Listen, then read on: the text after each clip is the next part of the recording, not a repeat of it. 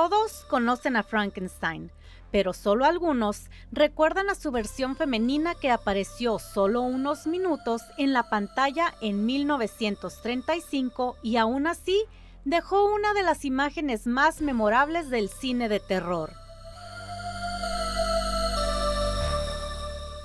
Su peinado, su mirada y su silencio. En ese momento, la novia de Frankenstein se convirtió en un icono, pero con el tiempo su recuerdo se fue apagando. Y no porque no sea famosa, sino porque ella es icónica visualmente, pero su arco narrativo es mínimo. Hoy vamos a hablar de uno de los personajes del terror clásico y de por qué al día de hoy su historia sigue siendo tan fascinante. Hola de nuevo, yo soy Diana, te doy la bienvenida a mi canal y sin más, comencemos con el tema del día de hoy.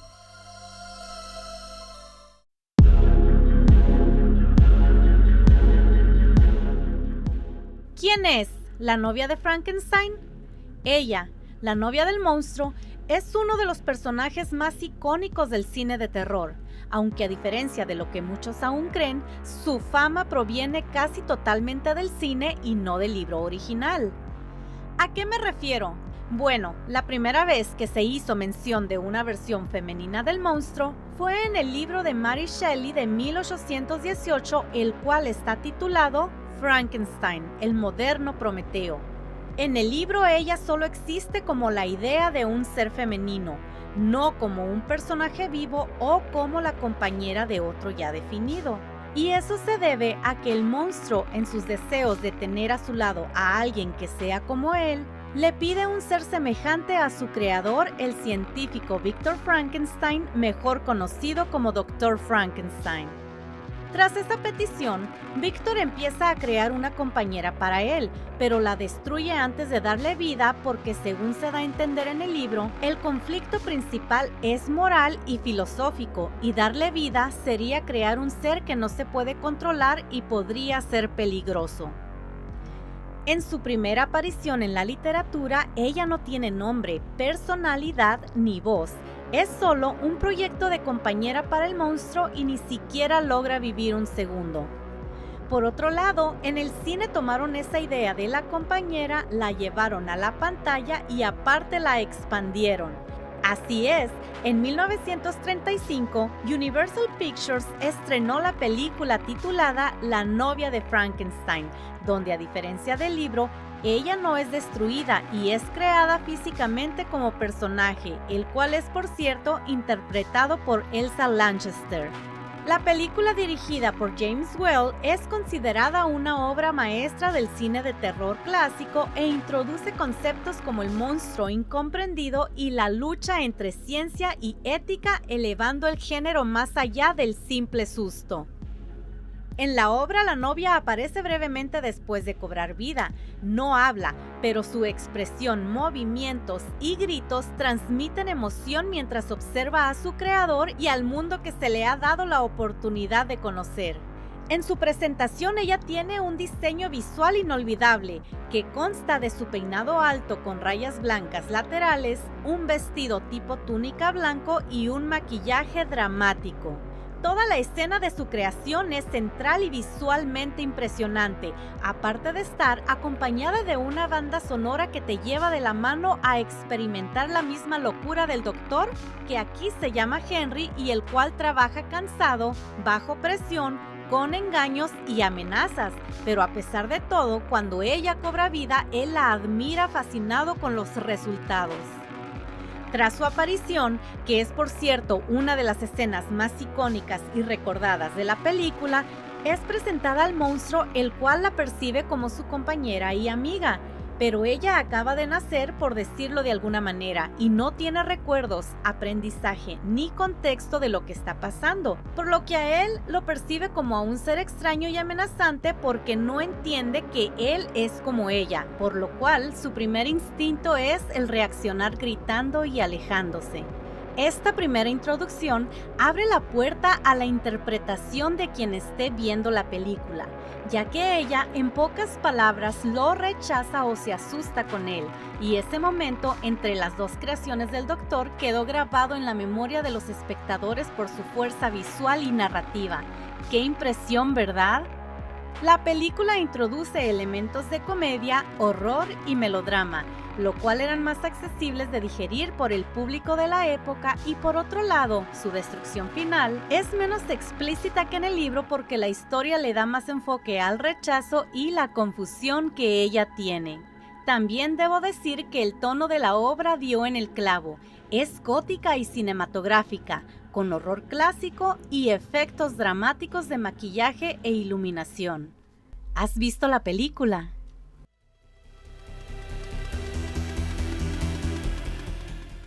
Entonces, si en el libro nunca cobró vida realmente y en la película apareció solo unos momentos, ¿por qué se hizo tan icónica? Eso se debe principalmente a la imagen de su personaje que, como ya lo mencioné en el video, está llena de misterio y la atmósfera que la rodea es impactante.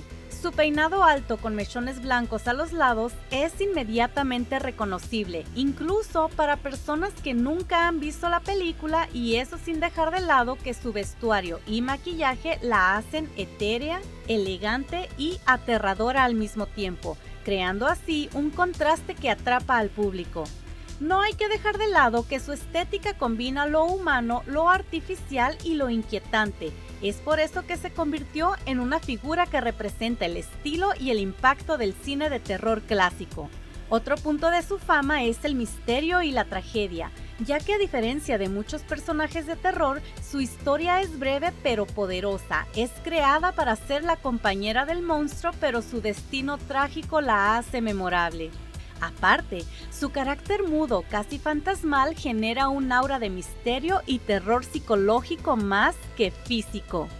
Actualmente, muchos recuerdan su imagen pero no su historia, aunque debería de decir que tal vez más que recordarla, la tenemos muy presente. Y eso es porque es muy común encontrarla como opción para disfraz cada Halloween, verla en caricaturas como Scooby-Doo y Los Simpsons o en empaques de dulces de edición especial.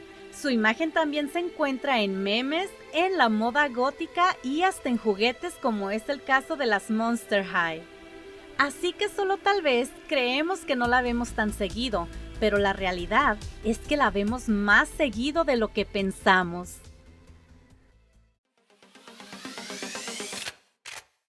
Veamos un poco la historia de cómo se creó la película de este personaje tan emblemático. Como ya dije anteriormente, la novia de Frankenstein nunca se materializó realmente en el libro. Aún así, llamó lo suficientemente la atención como para verle futuro a su personaje. Para el año 1931 se hizo la tercera película inspirada en el monstruo y la primera de Universal, estudio el cual consideró hacer una secuela de Frankenstein ya en sus proyecciones de prueba de ese año. Teniendo eso en cuenta, dejaron un final abierto en el cual el monstruo sobrevivió a su fatal destino. En un inicio, James Whale se negó a dirigir la película porque él creía que ya se había exprimido la idea hasta la última gota. Fue por eso que se pensó en reemplazarlo por el director Kurt Newman, pero eso no fue posible porque este segundo decidió filmar The Black Cat en su lugar. Aún así, y ante la negativa de ambos, el productor Carl Laemmle Jr. siguió de cerca la carrera de Whale y tras el éxito de The Invisible Man de 1933, se dio cuenta de que este director era el único posible para crear la película de la novia de Frankenstein. Ante la insistente solicitud, Whale aprovechó la situación persuadiendo a Universal para que le permitiera hacer la película One More River, y tras su estreno en 1934 inició las grabaciones de La novia. Whale creía que la secuela no superaría a la película original del monstruo, así que decidió hacerla lo que él llamó diversión memorable. ¿Y qué significa eso? Pues que él realizó un cambio en el cual el monstruo tendría la edad mental de un niño de 10 años y la edad emocional de un muchacho de 15. Tras varias revisiones de John Balderston, William James Horvath y Edmund Pearson, tuvieron el guión listo para iniciar con la grabación. Un dato curioso es que al principio de la producción, Whale decidió que la misma actriz elegida para ser la novia y cerrar la película sería la misma que interpretaría a Mary Shelley, quien a su vez abriría la historia en el mismo filme. En ese tiempo tal vez muchos se dieron cuenta del detalle, pero varios otros no lo captaron, porque a pesar de ser interpretaciones memorables, ambas son muy distintas una de la otra, tanto en los personajes como en la caracterización de los mismos. Colin Clive y Boris Karloff retomaron sus papeles de Frankenstein como creador y creación respectivamente. En ese momento, el alcoholismo de Clive había empeorado desde el rodaje de la original, pero no fue reemplazado porque su cualidad histérica era necesaria para la película. Karloff, por su lado, en un principio se opuso firmemente a la decisión de permitir que el monstruo hablara, diciendo que era estúpido porque el encanto del monstruo es que era inarticulado, grande y torpe. Aún así se llegó a la conclusión de que sí hablaría y se seleccionaron 44 palabras sencillas para su vocabulario. El maquillador de Universal, Jack Pierce, prestó especial atención a la apariencia del monstruo en esta película y alteró su diseño de 1931 para mostrar las secuelas del incendio del molino, añadiendo cicatrices y acortando su cabello. Por otro lado, Pierce, al lado de Well, crearon el maquillaje e icónico peinado de la novia basándose en Nefertiti, quien fue una reina de la 18ª dinastía del Antiguo Egipto y la gran esposa real del faraón Akenatón. Otro elemento icónico e indispensable en la grabación de esta película fue la música. De hecho, la melodía que suena de fondo durante la creación de la novia es una de mis favoritas. Me encanta escucharla por el ambiente que crea mezclando lo gótico con algo de locura y misterio. Y aparte, ya me he dado cuenta que no es la única película donde puedes encontrar esa misma banda sonora. Solo tienes que poner un poco de atención y la reconocerás.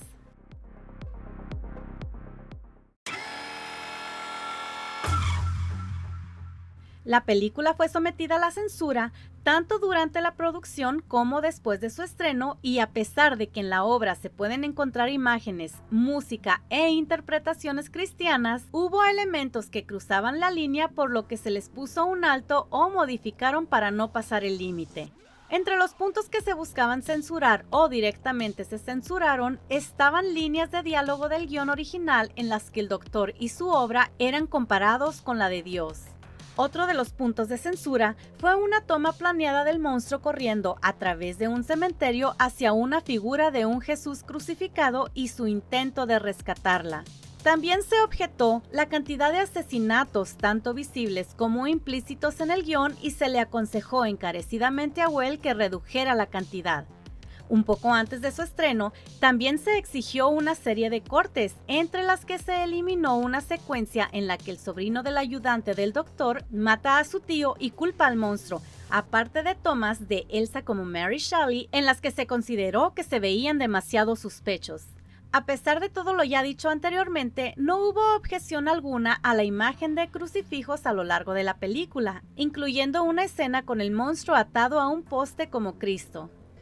Aún así, y después de toda la censura, hubo quien encontró detalles una vez estrenada la película, la cual fue cuestionada por la escena en la que el monstruo mira con anhelo el cuerpo destinado a la reanimación, alegando que parecía necrofilia. Al final, el filme se estrenó el 19 de abril de 1935 en un teatro de San Francisco y al día siguiente lo hizo en cines, recaudando aproximadamente $2 millones, lo que dio una ganancia de alrededor de $950,000 de aquella época. La reputación de la película ha persistido y crecido en las décadas posteriores a su estreno. Por esa razón, en 1998 fue añadida al Registro Nacional de Cine de los Estados Unidos al ser considerada cultural, histórica o estéticamente significativa. Por último, no está de más decir que es con frecuencia identificada como la obra maestra de James Whale y es aclamada como la mejor de todas las películas de terror gótico.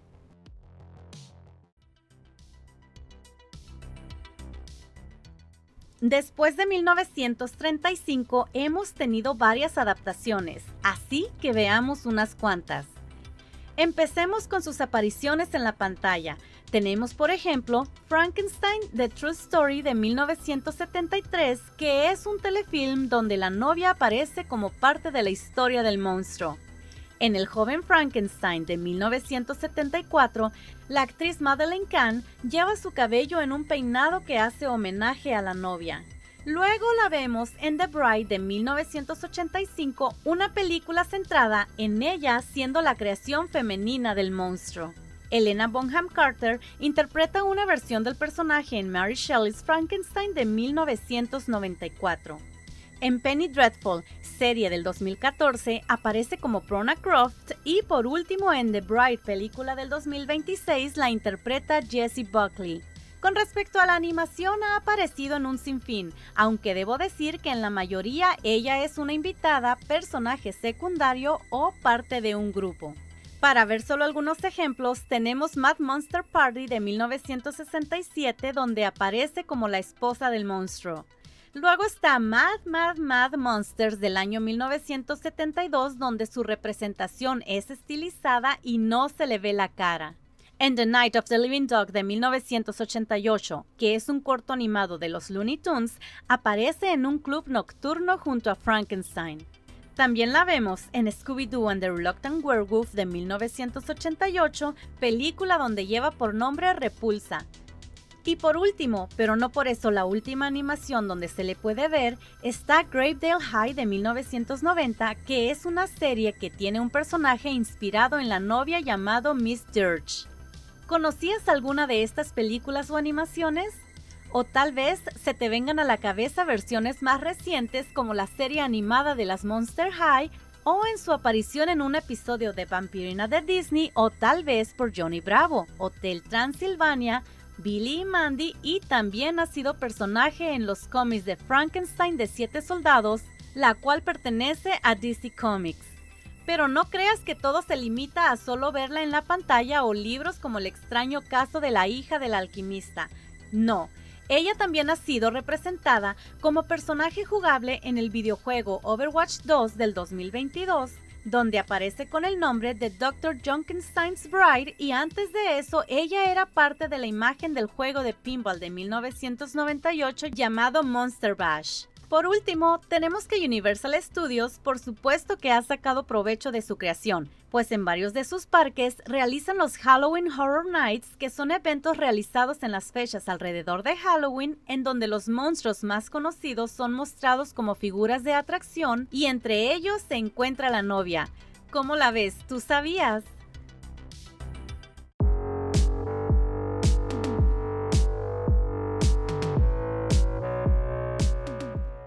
De todas las representaciones hechas después de 1935, la mayoría no son continuaciones directas de la película, sino reinterpretaciones o adaptaciones del concepto del personaje. Y eso se debe principalmente a que a pesar de que Universal Pictures fue el creador de esta obra, no renovó el copyright en 1963 y por lo tanto la película pasó a ser de dominio público ese mismo año. Así es, por alguna extraña razón que la verdad me sorprende, no renovaron cuando tenían que hacerlo. Por otro lado, si Universal Pictures hubiera renovado ese año, hubiéramos tenido que esperar y no hubiéramos podido ver ninguna adaptación sino hasta el año 2031. ¡Qué fuerte!, ¿verdad? Aún así, y como siempre digo, hay que ser muy cuidadosos, porque si bien ya está libre oficialmente, las grandes compañías muchas veces tratan de engañarnos y qué mejor ejemplo que el crear imágenes de marca para poder así entrar en el terreno del copyright, como es el caso de Disney y Steamboat Willie. Un poco sucio, ¿verdad? Sí, pero también muy interesante. Y no creas que Universal no ha hecho cosas sucias con respecto a la novia de Frankenstein. Sería muy inocente creer eso. De hecho, la compañía es muy celosa con su obra y durante muchos años actuó como si el diseño de la novia no fuera libre, presentando reclamaciones de copyright, trademark y hasta disuadió a creadores de usar la imagen clásica. Te digo algo. Estoy segura que hasta el día de hoy se dan de topes en la pared por no haber renovado en su momento.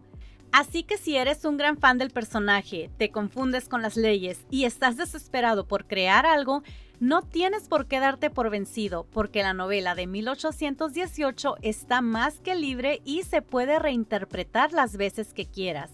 Pero eso sí, siempre debes de tener cuidado de no copiar ni plagiar lo que ya existe para que no vayas a terminar en un gran problema con abogados incluidos. Lo que sí voy a dejar muy claro en este video es que tú tienes la responsabilidad de hacer tu propia investigación. No me creas a mí, porque puedo estar equivocada. Yo hago mi propia búsqueda y mis videos los hago porque es un tema que me apasiona, pero no soy experta ni de cerca, así que siempre ten eso en cuenta. Y bueno, como puedes ver, la novia de Frankenstein no necesitó más que unos minutos en la pantalla para convertirse en una de las imágenes más icónicas del cine. Desde 1935, su figura ha trascendido generaciones, estilos y reinterpretaciones hasta formar parte del imaginario colectivo del terror clásico. Hoy, casi un siglo después, sigue despertando interés, análisis y nuevas lecturas, demostrando que algunos personajes no envejecen, solo se transforman. Gracias por quedarte hasta el final y si te gustó este video deja tu comentario, dale a like y suscríbete que me ayuda mucho para saber si te interesa que siga hablando de estos temas. Yo soy Diana y nos vemos en el próximo video.